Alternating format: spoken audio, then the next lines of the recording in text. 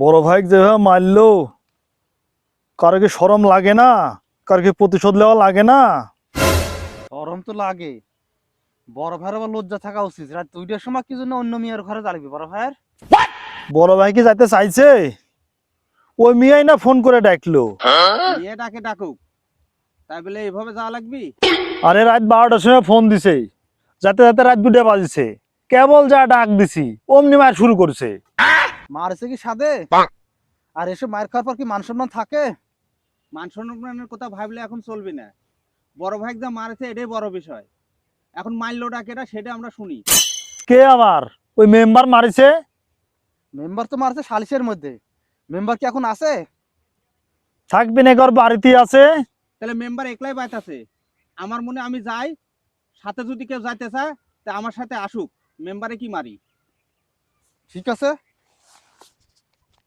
আরে আমাকে তারা লিয়ে যায়। আমাকে যেভাবে মারিছে আমি কি প্রতিশোধ নিব না?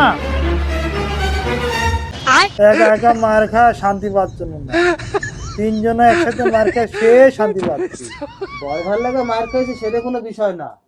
এখন কেউ মেম্বার সাহেব কই চিকিৎসা বাবদে কিছু খরচপাতি লিয়ে দিক। রাত ফলকের মাথা খাওয়া বলি মেম্বার সব করে টেকা দিক।